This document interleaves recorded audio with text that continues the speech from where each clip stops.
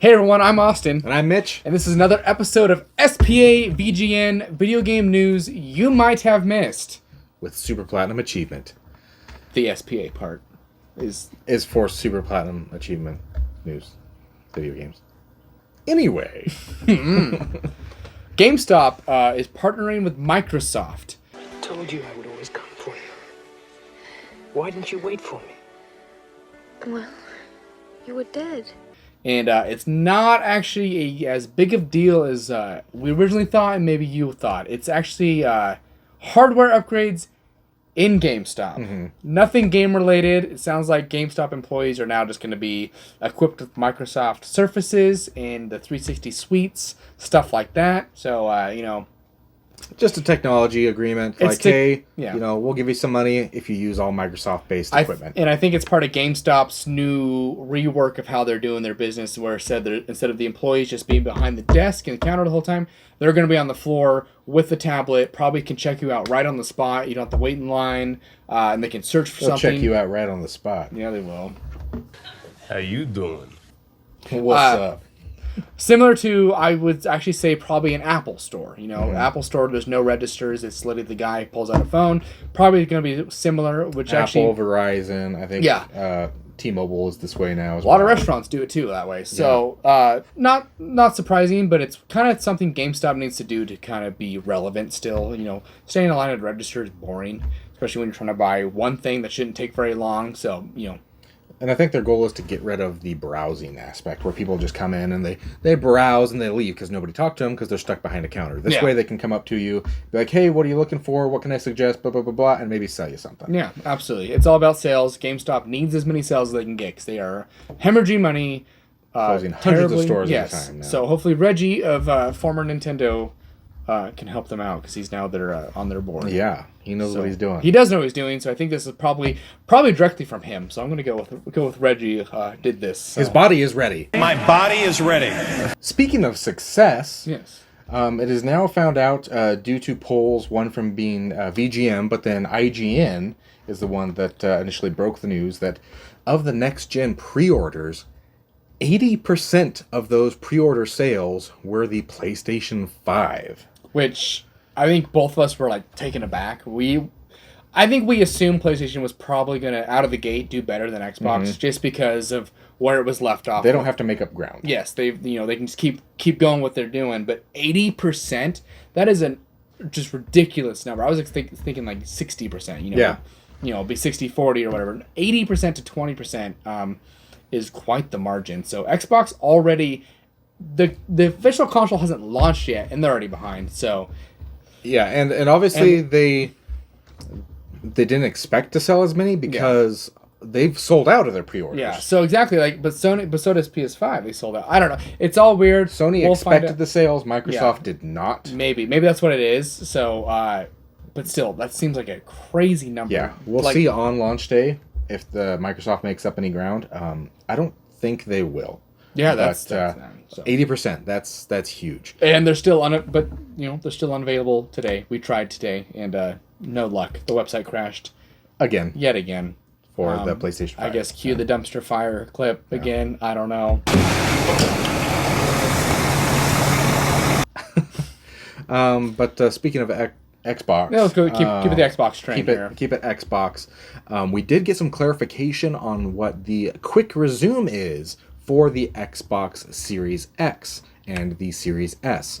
So my initial thought with quick resume was something that's already around, like you put your console in sleep mode, you boot it up, boom, you're back in the game. Or you're playing a game and all of a sudden you want to pop into Netflix for a bit, and then you can go right back to your game when you're done with Netflix. It suspends the game. Which is what we have right in the current gen, and I have both consoles, and it works better on PlayStation 4. But quick resume on Xbox Series X is not that way. It is between different games themselves. So you can be playing the demo I watched. They went from Borderlands 3, paused the game, switched to a new game, played that for a while, then switched back to Borderlands 3, and it was seamless. They just picked up right where they left off.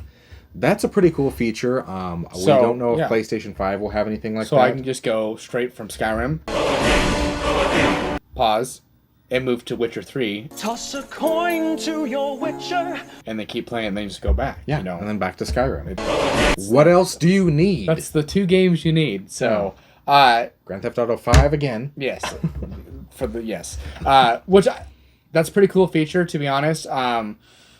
I just hope it's not like a feature that's just kind of a gimmick. Because at that point, like, who's really playing 2 games simultaneously? Oh, let me play 1 hour of this game. Oh, let me switch. I don't know. Unless it's like someone else is playing the game. I think it's between like a somebody who wants to switch from an in-depth game to a casual game. Yeah. Like or, for me, like my 2 games, I'll just say like right now I'm playing God of War on PlayStation 4, but every now and then I switch over to Rocket League. Yes. Just for like, oh, I've got 5 minutes to play a match kind of thing. That's where I could see it being used, and it could be a pretty hot feature. Yeah. So hot. So hot. Speaking of hot, Xboxes are apparently very hot, but not in the way you'd think. They run very hot. The dumpster fire of their pre-sales might actually be what happens when you run them too long into a small of a space. So apparently the one big fan on the top does not cool it down as much as they originally hoped. Apparently, like from the ones that have been released, that the system itself runs fine and it doesn't get hot. But since it's got one fan, all the heat is coming out that one location and it gets hot. So where that can become a problem is if you put it in a cubby somewhere and that hot air gets recycled back in. That can get hot. It needs to be in an open space. Like it needs to be like it's essentially a chimney, so it just needs to out. Yeah, go up. Yeah, the person compared it to a high performance PC with one fan. One fan. Oh, and that actually would catch on fire. So yeah, or one high end fan. Yeah. So he said it'll run fine and it's quiet, but you have a lot of heat coming out of one spot, is how he put it. I have 6 fans in my computer. Yeah. And it still runs hot, so... So we'll see once we get our hands on one, but that is the rumor right now, yes, that the Xbox Series X... I just love the jokes that we originally got when the 2 consoles were first announced with that big fan, and then, Sony, I think it was like 16 or 14. Just smaller fans that go on the outside, and all the Xbox people are like, well, the PlayStation 5 is just going to overheat. They can't get all the air out like this fan. And it turns out to be... I guess it does get the air out really well, but the problem is it's just like... all in one spot. So hot. Whereas the PlayStation 5 actually disperses it, I think, a little more effective. Yeah. So. Speaking of the PlayStation 5 and its design, PlayStation has hinted with their recent breakdown of the PlayStation 5 how easily those panels can be removed. And the stand as well, so you can turn it from standing mode to laying down. Mm-hmm. So, but those panels are so easily popped off that they hinted that maybe there are going to be customizable panels available, or maybe it's just easy so you can throw a skin on those and make the PlayStation whatever you want. I wouldn't be surprised because, Sony has released a ton of custom consoles for the PS4. Mm-hmm. So I wouldn't be surprised instead of just doing multiple consoles, they can just do panels. Yeah, here's a $35 bundle for new panels. So they can sell them a little cheaper, and probably more people would end up buying them. Because, I mean, looking at, all the PS4s that came out, I'm like, yeah, I would love to have that, but I'm not buying it on the PlayStation 4. Yeah, you've got your Star Wars, your God of War, your Spider-Man, your Uncharted, your Death Stranding. There's so many different PlayStation 4s, and it's like, oh, I'd love to have all of them, but, you're not going to shovel out $300-$400 each time. Yeah, exactly. So, you get a panel, maybe have it for a couple months till the next game comes out, and I can see that being a pre-order thing. If you buy a game, you get panels for the game. Yeah. Be kind of a cool sell, and maybe something with the controller as well. So nothing confirmed, but I think that was a hint. Speculating here. You've heard here first, but not really. Platinum achievement when we recycle news. Yes. News you missed. Keeping on the PlayStation train, so it's kind of come out about all the games that will be playable on the PlayStation 5 that are actually PS4 games. It says 99% of PS4 games will be playable on the PlayStation 5, and that is not going to be like upscaled or ported to the PS5. It would be the PS4 Pro version, so it still has the 4K stuff like that. So it's still going to look really good. It's just not going to be PS5. Yeah, you're not going to get the smart delivery that Xbox is doing with every single game. Sony's kept it a little closer to the chest. I don't know if that's still going to be something they do or if they're going to have you just buy an upgrade. Who knows? We don't really know. But they did confirm 99% of the PlayStation 4 games are playable, and there are exactly 10 games that will not work. Here's that list for you.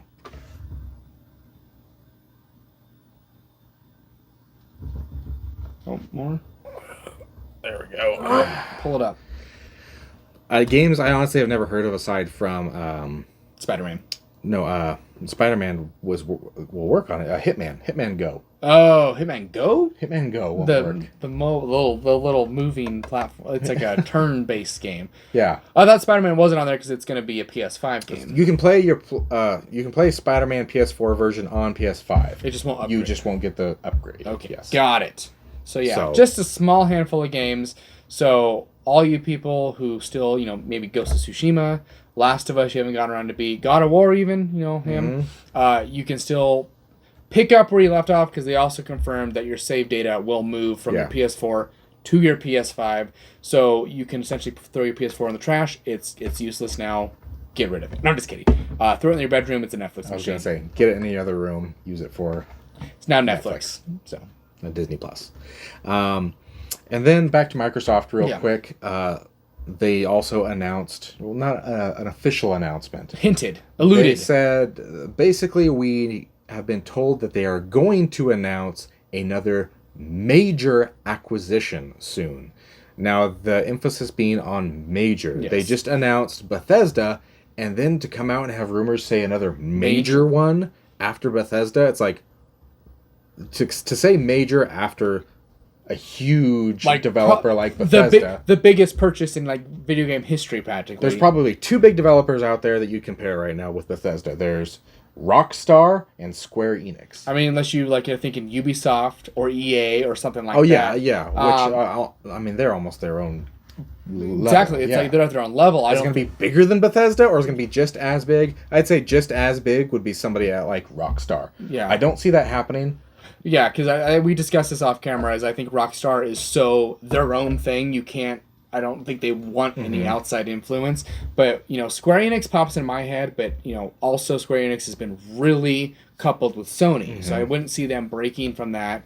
I guess time will tell. I mean, Ubisoft, but that'd be once again, that'd be bigger than Bethesda. That would be way bigger than Bethesda. But then once again, it's do those games become Xbox exclusive and not for Sony when they've been on Sony for so long? But I'm not going to put anything past them right now because Xbox, or Microsoft, I should say, has so much money, and they proved that with Bethesda. Dangling billions. What was it? $7.1 billion just in front of their face. More money than Sony made in a year. Yeah. As much as Sony made in a year. It was as much, yeah. Just literally, here you go. Here you go. It's crazy to me that Microsoft has that much pull and power and money, and to them money is nothing. So they can do whatever they want. I'm trying to think of what studio that possibly could be, and I honestly I don't know if it's going to be that major. I'm thinking Square Enix.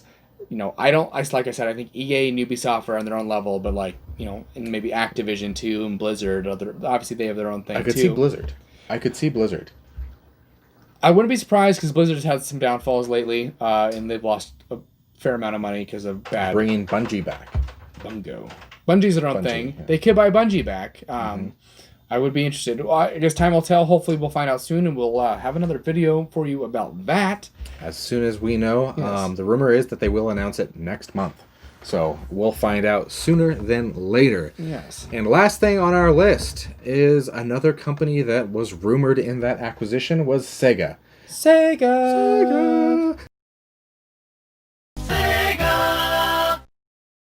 Sega's creative producer, in an interview recently with Famitsu, said that, or hinted at, their next console not being what you think. It is another mini. Yes. And this one having a huge cult following, and one of my favorite consoles, the Dreamcast Mini, could be a thing. Now, the only thing with that is what games would be on a Dreamcast Mini, because Sega no longer Sonic owns the rights to most of those games. Yeah, because Nintendo, I think, has ended up owning a lot of the rights to, especially Sonic, it's kind of the big one. They've got, the first right of refusal kind of thing. Yeah. But, a lot of the big games that came out on Dreamcast, after the Dreamcast was a failure, they went somewhere else. Yeah. Like Crazy Taxi was a Dreamcast exclusive, and then yeah. Dreamcast failed.